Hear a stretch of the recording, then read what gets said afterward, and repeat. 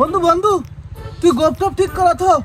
আমার একটা মারাত্মক সিরিয়াস কথা আছে, তুই একটু শোন। ক ক কি কবি ক ব্যস্ত ক।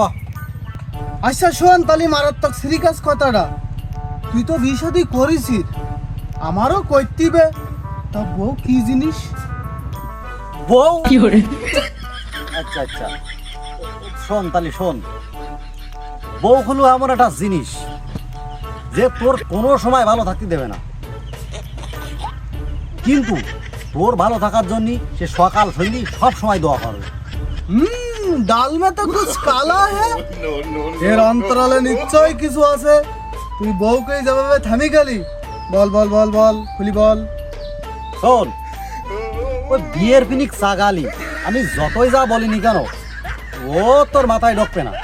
তারপরেও যখন এত করে বলতেছি তাহলে শোন, কোনো কারণবশত বাড়ি থাকিস, আসি গান গান করবে।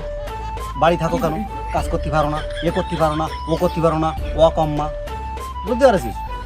এইবারা যদি তুই কাজে যাস, তখন এবার তোর বলবে কি, সারাদিন কাজ মারাই, এ মারাই, ও মারাই, বাড়িতে একটা বউ আছে, একটা পরের মাই এ নিছে, তাদের একটু খেয়াল নেই, তাদের একটু তাকাবে না, তার একটু সুযোগ সুবিধা দেখবে না, বুঝতে পারছিস? আর তো কোনো সমস্যা না, এইটুকুই তো নাকি? আরো আছে, তা সেটা যদি বলি তাহলে 1 2 3 দিন লাগবে, তাও শেষ হবে না। বাস বাস বাস বাস বাস, তোর আর কিছু বলা লাগবে না। আমি যা বিয়ে করবো এতে তুই মোটেও সন্তুষ্ট না। তুই লোকের ভালো দেখবার পারিস না। ধ্যাৎ। আমি তো জানতাম বিয়ের ফিনিক একবার মাথায় যদি চাপে, তা কোনো কায়দায় ও বন্ধ করা যায় না।